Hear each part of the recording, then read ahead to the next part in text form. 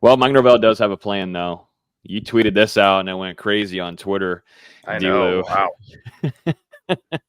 From I don't know if that was FSU Twitter or Miami trolls. UF's getting a little bit of chatter since they've won. As long as they've won more games than FSU, they get to come in and troll a little bit. But definitely the Miami fan base. But I wouldn't be shocked too if Florida State's Twitter reacted heavy to this. But this is Mike Norvell's plan. He says this is going to be a critical offseason for us. Come December, we have a plan. He said he's not reevaluating his role as being FSU's play caller, or isn't against reevaluating his role as the FSU's play caller. He said for us, for me specifically, it's about what's best for the football team. So isn't against reevaluating his role as FSU's play caller. And come December, there's a plan, gentlemen. There's a plan. What do you think consists of the plan? VZ has one in mind. VZ has one. VZ's got one. I don't know about the plan. Oh, no, I know. I've got a plan. Fire everything into the sun. Everything. Every single person in that building. But I think the obvious answer everybody. What are you saying? Are you saying Mike Norvell's firing everybody? You're not saying everybody's getting fired. At this point, I don't care. Just fix it. But I think the obvious answer is just look at the recruiting class. Dustin was just mentioned there's no receivers committed, so you have to think Dugans is probably going out the door. Your 4-star tight end's about to leave. He's probably out the door. You don't have any edge rushers committed.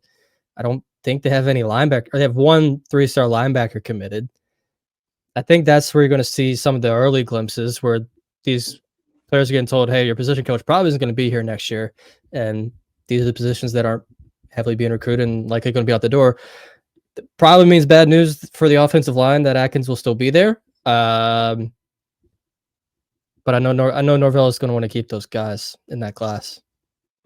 But I will say, just touching on what he said about potentially reevaluating his duties as a play caller, I thought that was very interesting. I don't think that's really something that we have heard in the past, and especially when you think back to the end of that Jimbo Fisher tenure, and we're talking about the stubbornness, and he was unwilling to make those coaching changes, unwilling to give up the play calling duties, and obviously didn't work very well with the administration at Florida State either.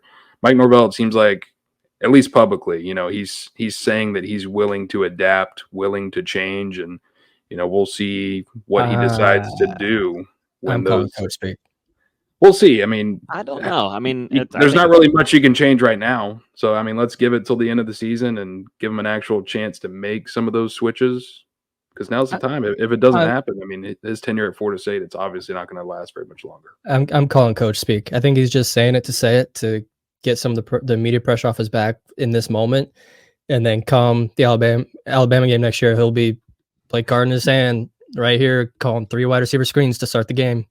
It wouldn't surprise me, but hey, let's at least, maybe he'll do some of those evaluations, and then maybe he'll think, it's in FSU's best interest for him to continue calling plays. So, we'll see what happens. There's a lot of different ways for Florida State to go here, and it could very well be coach speak, but I will say this Monday press conference, I thought that was the most decisive and confident that I've heard Mike answer these questions in quite some time. And, it was a little bit concerning to, see some of that demeanor, that attitude change over the last couple of weeks. And, it felt like the Mike Norvell everybody knows the last couple of days. So I wonder if this loss to Miami, I'm sure he heard that dig from Cristobal at the end of that press conference. I wonder if that lit that fire a little bit more.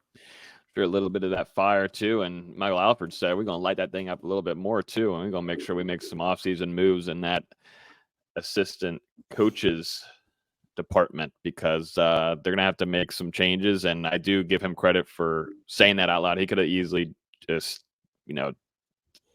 bounced that off and said, no, I'm going to continue my role as being Florida State's play caller. But I think it's interesting that he did say that out loud and said, for us and for me specifically, it's about what's best for this football team, after getting asked about that. So who knows? A lot of things most certainly have been coach speak from Mike, but I think it is interesting to me. And, airwaves it goes out there, and if Florida State is going to look for someone to come in and take that role, that word is out there right now on October 30th, and off season is definitely going to come sooner for Florida State, but it's time to start working on that plan that we have written down there below.